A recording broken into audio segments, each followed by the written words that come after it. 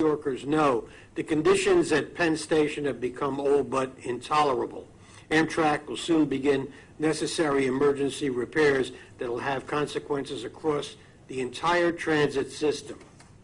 Today, the MTA is taking action to ease the burden on our travelers, working with the Governor's Penn Station Task Force and our team at the Long Island Railroad. We developed comprehensive and pragmatic solutions to alleviate delays and disruptions across the New York City metropolitan area.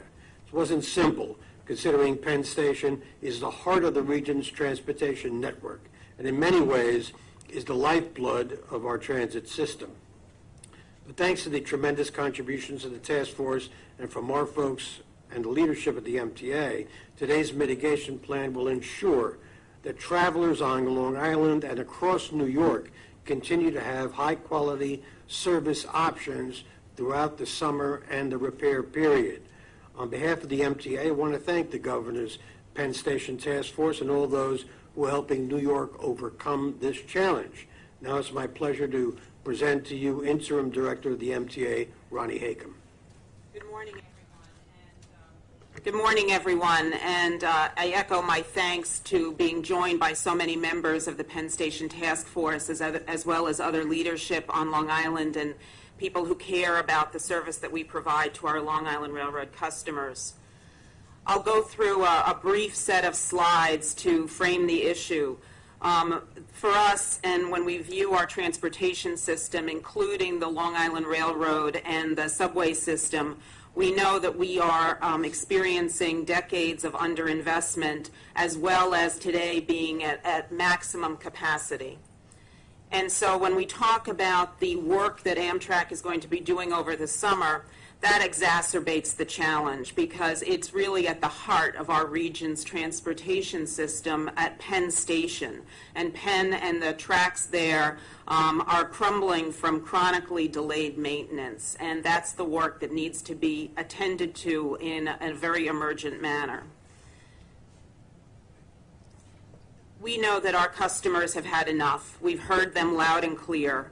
Dozens of weekly delays, whether it's a stalled train or a system breakdown, have rippling consequences, not just here, but throughout our entire region as we move Long Island Railroad customers into Manhattan and back home again at the end of the day.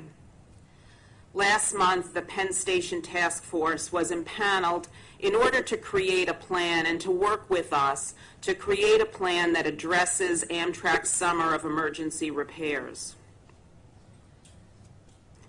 The task force members are listed here on the slide, but as noted by our acting chairman Farrar in the introductory remarks, they really represent a broad swath of federal, state, local legislative leaders, as well as community leaders, our county executives, and our business leaders in the business community. The task force mission has become more urgent when we recently were informed by Amtrak that they need the full 8 weeks over the summer to make emergency improvements at Penn Station. Their work will limit the number of tracks available, and so that we know affects how many trains can be moved in and out of Penn Station. This visual is a diagram of the relationship of the platforms and the 21 tracks that are in Penn Station. And while 3 of those tracks will be worked on over the summer, it also affects the use of all of the tracks in and out of Penn. So it further challenges us to be as efficient as possible. We recognize that if we didn't do something, 9,600 of our Long Island Railroad commuters could be impacted by this construction period. And so today, we're announcing that we are executing a multi-agency action plan developed in consultation with our Penn Station Task Force to provide that emergency relief to Long Island Railroad rush hour passengers over the summer months. The plan has multiple facets to it. The first is increasing our rush hour capacity by lengthening trains and modifying some of our train schedules. The second, we'll be offering a bus and ferry service to and from more than a dozen locations to give our Long Island Railroad commuters options. And the third is accelerating construction and just to reduce congestion in our MTA crossings, as well as, and this starts now, launching a robust public awareness campaign. So the first element of the plan, increasing rush hour capacity by lengthening trains and modifying some train schedules.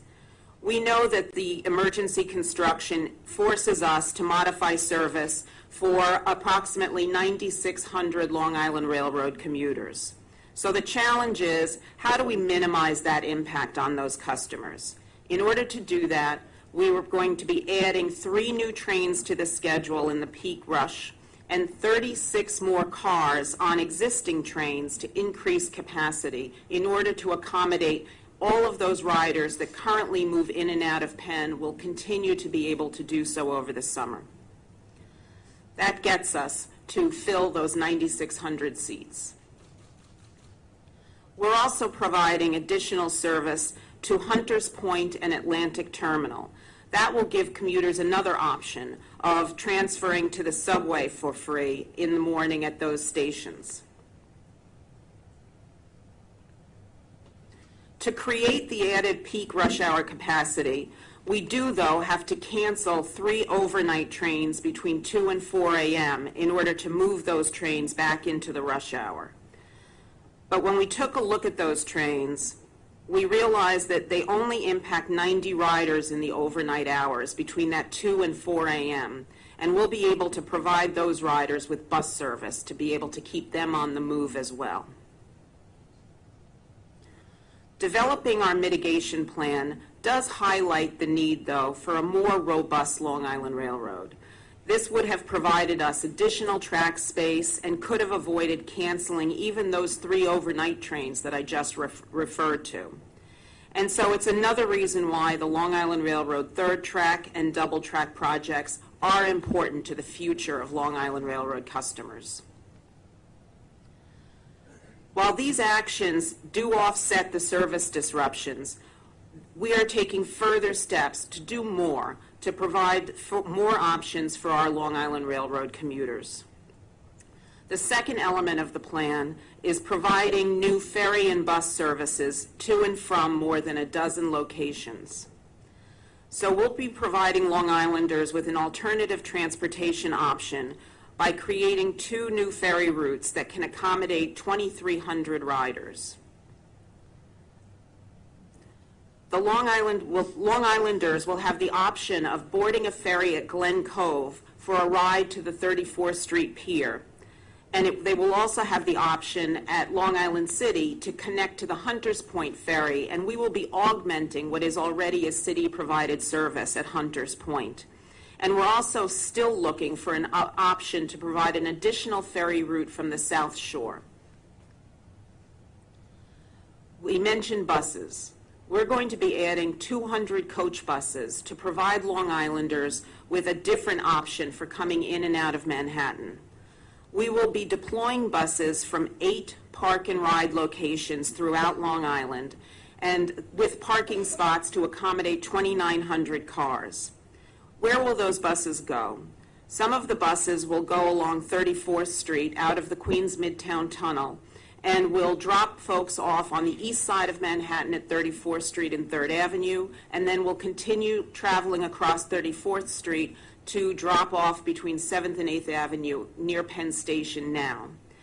The next set of buses will go up to 42nd Street because we know some of our riders want to end up in that Grand Central area, and will drop folks off along 42nd Street. Buses will run weekdays from 6 a.m. to 10 a.m. and again in the evening home from 3 p.m. to 7 p.m.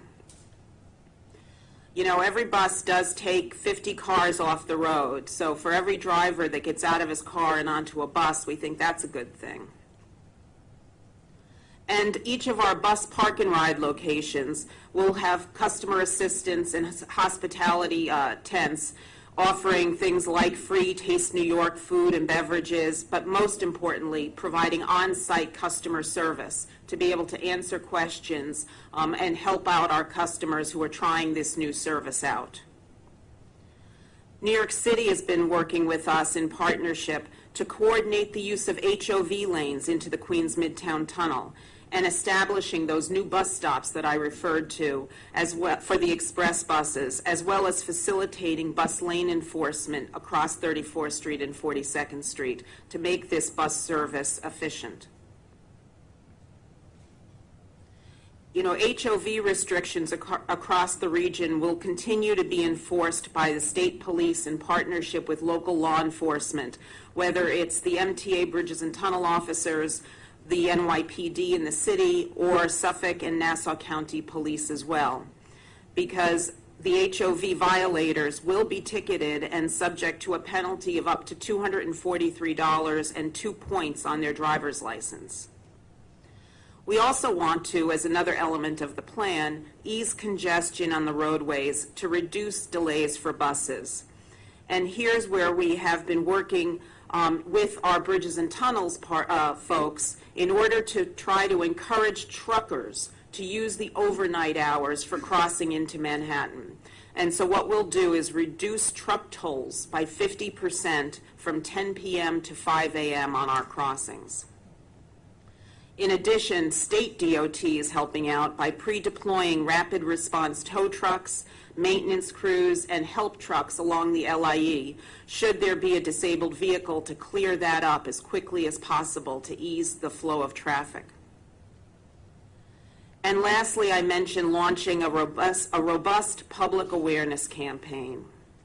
Our mission is to inform every affected Long Island Railroad rider about this action plan so that they have time to plan and be aware of what their options are. We're activating emergency banners on our mobile ticketing apps and at MTA.info to provide up-to-the-minute information to all of our riders. MTA.info is going to be the key.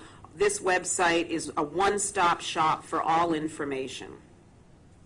This week, we're also launching an awareness campaign that includes letters to employers encouraging flexible work hours and locations.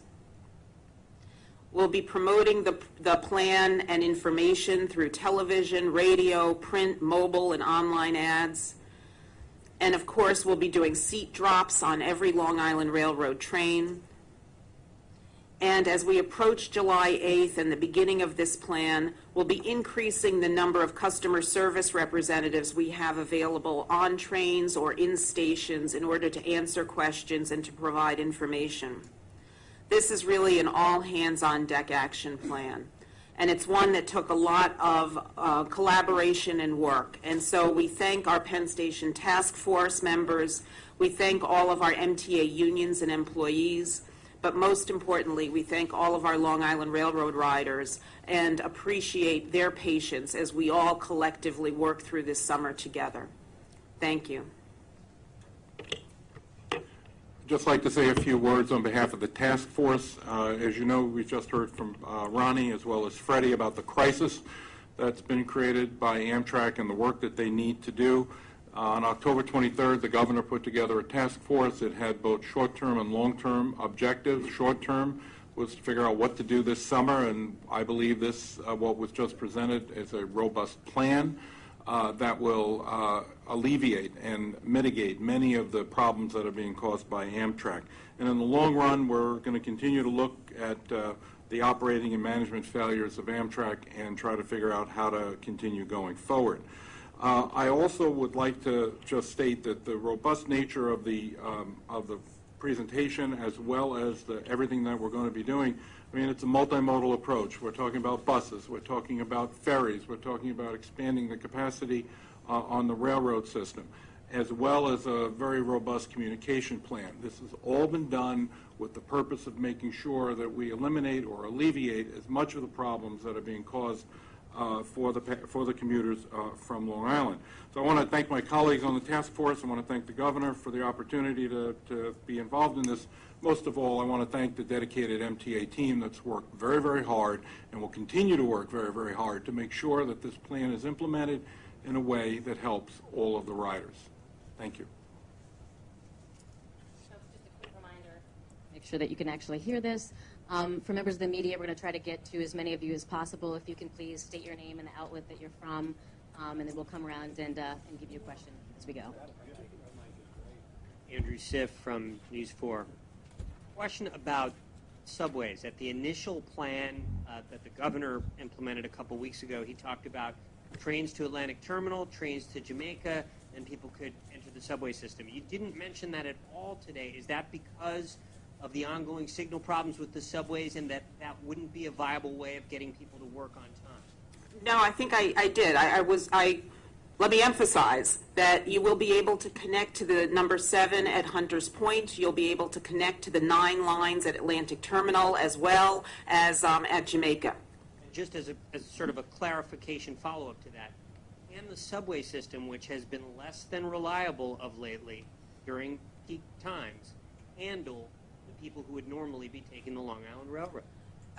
Yes is the short answer to that, Andrew. An incredible amount of granularity has gone into planning for this and identifying the times of day when those riders would be entering the subway system and ensuring the flexibility of the system to absorb those additional riders. So thanks for that follow-up. Hi, Juliet Papa from 1010 Wins. Good morning. Good morning. Are you going to be providing bus lanes and or truck lanes for these trucks so that they just don't get in the way of the other traffic, assuming that more people would probably be in their cars? The HOV lanes will continue to be fully operational, and our buses, we anticipate, will be in those HOV lanes. How about the trucks? There won't be a change except for the use of buses in the HOV lanes. Michael, you hear me? Michael Aronson from the Daily News. How many trains are you canceling? I'm guessing you're canceling 10 trains. That's about 9,600 people. And can you delineate which trains? You know, are they in the Babylon branch or where are they coming from? And all of this is to accommodate those 10 canceled trains, right? So let me answer with specificity. In the morning, there currently are 98 trains that move in and out of Penn Station. We are canceling 2 of those trains. Those trains will be delineated and new schedules will be issued so that people will be able to see where they need to make adjustments. But more importantly, we're also adding 3 trains in the morning rush. We're adding and lengthening trains so as to maintain the status quo of the number of seats. So 88,000 people currently ride in and out of Penn Station today. 88,000 people will be accommodated in this plan moving in and out of Penn Station over the summer. Hi, Dan Rivoli from the Daily News.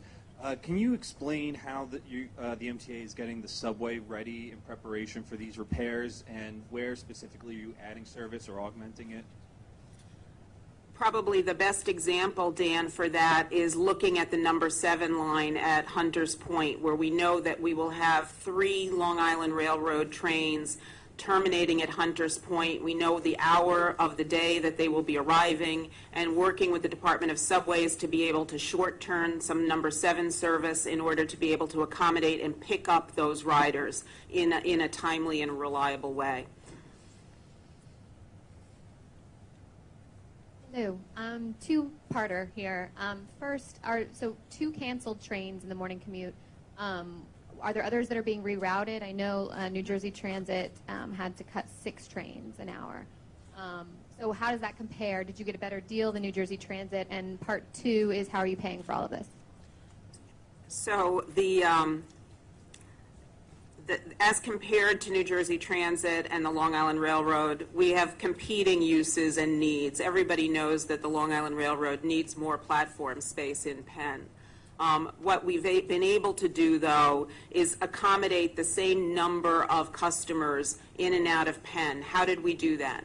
We added 3 more trains coming in the morning, which is why we had to cancel those other overnight trains between 2 and 4 a.m. to be able to move that service into the rush hour.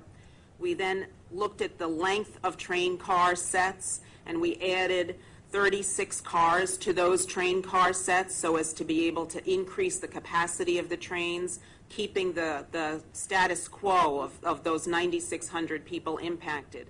There will be diversions. There will be 5 trains diverted to Atlantic Terminal for that subway connection.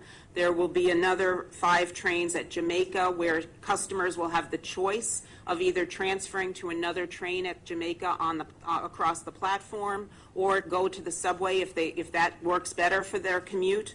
Or go to Hunters Point, where 3 trains will terminate at Hunters Point, and there you have 2 choices. You can jump on the number 7, or you can jump on the ferry at Long Island City. And the second part of the question? How are you paying for everything? I know who's not going to pay for it, and that's going to be the Long Island Railroad customer. Right now, we're exploring all of our options in terms of how to pay for this plan. Good morning, Arthur Chen from Fox 5, and thank you for doing this. While we look at the problems that Amtrak has had at Penn Station, is there something that the MTA is absorbing from observing what happened there in terms of maybe some sort of neglect of their investment in that infrastructure there? Is there any look at that, and taking a look at how rough it's been for subway subway riders in the city in particular, to see if there's any sort of lesson to be absorbed from it, or is it an irrelevant connection? I don't think there's a direct connection between the work that Amtrak and their engineers need to do over the summer and the subway work that we're undertaking. But I will say this, which is that we will be watching Amtrak's progress on a daily basis. We will be monitoring the work that they're doing. They've hired a premier engineering firm to assist them with scheduling that work. We'll be watching that and receiving regular reports. And we, in turn, will be updating our Long Island Railroad customers as well. We'll be using that website that I referred to provide progress reports on how the work is going. Hi, Alfonso Castillo with Newsday. 2 things. Can you clarify what, if any, cancellations and diversions there are in the evening peak? And also, I heard no mention of any kind of fare reduction, unlike New Jersey Transit, that look to cut fares for the affected passengers. Can you talk about why you chose not to? Sure. Our focus and priority has been providing that sort of multifaceted plan that we talked about, getting buses, putting 200 coach buses available for customers, increasing a new ferry service from Glen Cove over to 34th Street for those customers that works best for them, or connecting and supplementing the existing city ferry service at Hunters Point. So we've really invested in trying to create an alternate service strategy. In terms of the evening rush hour, and you know that our evening rush hour is a little different than our morning rush hour. The evening rush, while the formal hours of it might be 4 to 8, if you go to Penn Station at 3, you know that you're starting to see crowds building because the evening rush is more spread out. So out of the 87 trains that currently leave Penn Station today, there will be some cancellation and combinations of trains, about 7 of them. There will also be 3 trains that will originate at Atlantic Terminal, 3 trains that will originate at Hunters Point, and then four that will originate at Jamaica. So we will also be communicating effectively to our customers on both sides of the rush hour. Keep in mind that off-peak service is not impacted at all. Weekend service not changed at all. So to the extent that people can change their hours of travel and move closer to the shoulders of the peak and move out of the peak hour, that's the best in terms of having maintained that steady state of the schedules. Can you clarify when you say Hunters Point, those 3 trains in the morning and the evening are in addition to their regular schedule? Yes, yes.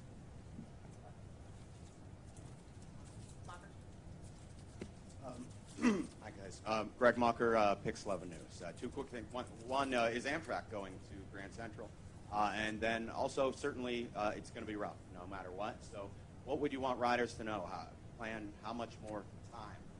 Expect delays. Could you get a little more specific on how it may actually be? Sure. The first question is, we do have an agreement with Amtrak. They will be bringing a small part of their Empire service into Grand Central. We think currently they're looking at 6 trains, 3 in, 3 out. So that can also provide some relief at Penn as well. And then in terms of riders, obviously, it's going to be a long, hot summer. We want people to receive and really look at all the information that we're putting out so that they know what their options are and can think through what works best for where they're commuting to and from. And try different elements of the service. You know, a bus service out of Long Island is a new experience for people. This will and we're all in it together. The idea of this service plan is to be as responsive to our customers' needs as possible. So to the extent that we need to tweak buses or do something different with ferries, we'll be out there, and we will have lots of supervision staff out in all of these locations to be able to manage our customers' expectations.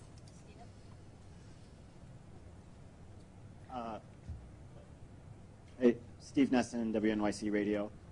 You didn't say how much you're gonna. You didn't say how you're gonna pay for it, but what is the cost to accommodate these 9,600 passengers? And it seems like a small number compared to the number of MTA passengers or riders that are affected every day by delays. Is there any summer plan to alleviate some of the delay problems? So overall, we've been talking about improving the reliability of the subway system. We've talked recently about the corridor that we are working on to see what steps in that subway reliability improvement plan are effective and then can be rolled out system-wide. In terms of the individual elements of cost for this plan, we're really just pulling all of that information together. But at the end of the day, I do want to stress to our Long Island Railroad customers, you will not be paying for this. We will deal with this. We will explore all options in terms of how to pay for this summer. Hi, Marla Diamond with WCBS. You spoke about the potential of a fare cut not happening this summer, but many customers are furious. There's been a lawsuit that was filed over the weekend by customers. Do you think that it would go a long way toward building goodwill if you offered some sort of discount this summer? We, as I noted earlier, we've chosen to focus on providing service and creating a multifaceted plan which we think gives customers as many choices as possible to inform what their commutation options are.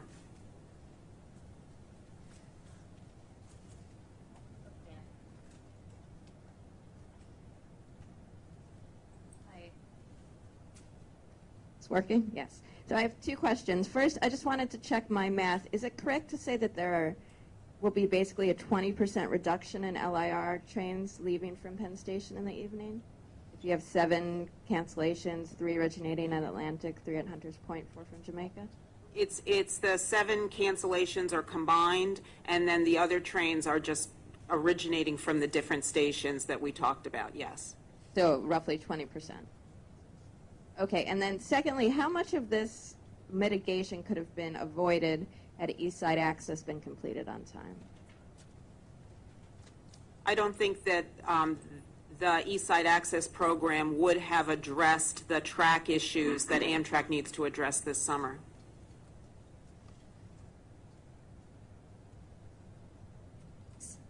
Natalie McLeori, WFUV News. Can customers really expect this project to be done on time? There have been other projects that haven't been finished on time, so can they expect this to be, the deadline to be met? When I mentioned earlier that we're going to be watching the progress carefully, that's why, is because we want to keep Amtrak's feet to the fire in terms of managing to their schedule. And they have worked a plan. Our engineers have looked at it as well. They brought in an engineering firm to review their schedules to assure us that they can get the work done on time. But again, it'll be a matter of watching their progress and then keeping our customers posted on that progress as well. Hi, Scott Pringle, WOR and NBC News Radio. I know you mentioned there's not going to be a fare reduction for the summer. I mean, a lot of passengers are calling for a refund for May. What do you say to that? And also, does any one of you three take the Long Island Railroad in? So Let me start by highlighting again where we chose to prioritize. You know, every system makes different choices, and we chose to prioritize on service. When I take the railroad, it's generally to go to a meeting in Jamaica or to an event at Citi Field. I live and work in New York. But more specifically, I do want to get back to making sure that our customers are aware of where they can get information. So in addition to the hard copies of seat drops and brochures and paper schedules that we'll make available to all of our customers, we are launching a website today. That MTA.info is the place to go. We will keep it up to date with every schedule and alternative service plan available, and really encourage people to take the time now and plan for what will be a difficult and challenging summer. Hi. Hillary Russ from Reuters News. I'm just wondering, some of the repairs we haven't talked about yet are going to be happening later after the summer is over, and those might more directly affect, I think, the Long Island Railroad itself, right, in Penn Station. Have you looked forward that far ahead to figure out what other kinds of plans you're going to have to make for the later months when you will be more directly affected? So we will be continuing to work with Amtrak on what their schedules are. It appears that most of the additional work moving into the fall time period, for example, will be done in the overnight hours and on certain weekends.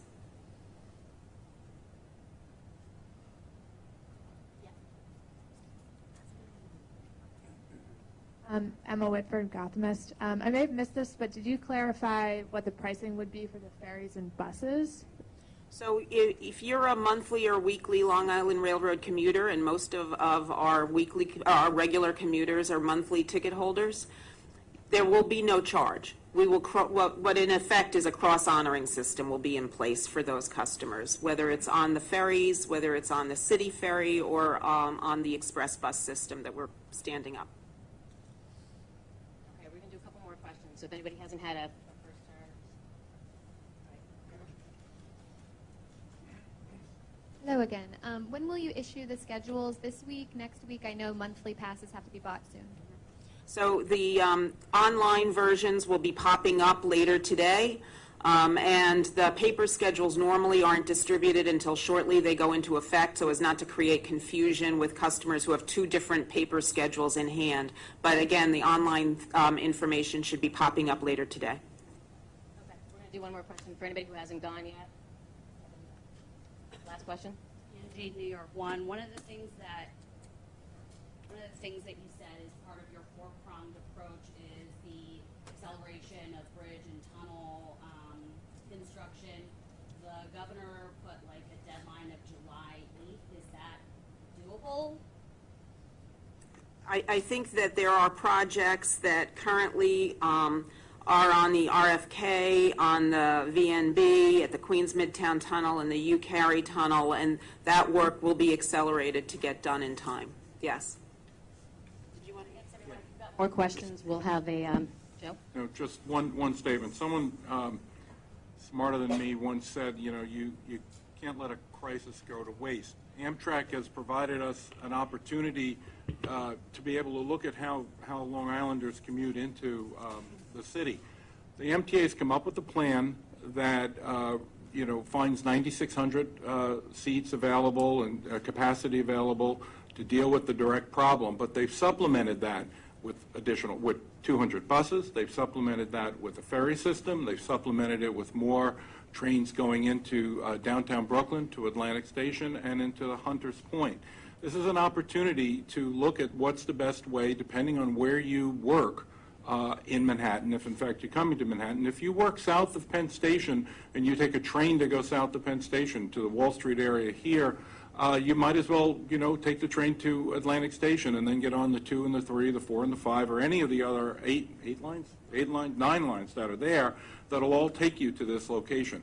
This crisis is an opportunity to be able to look at new and different ways to make the commute as comfortable and as quick as possible.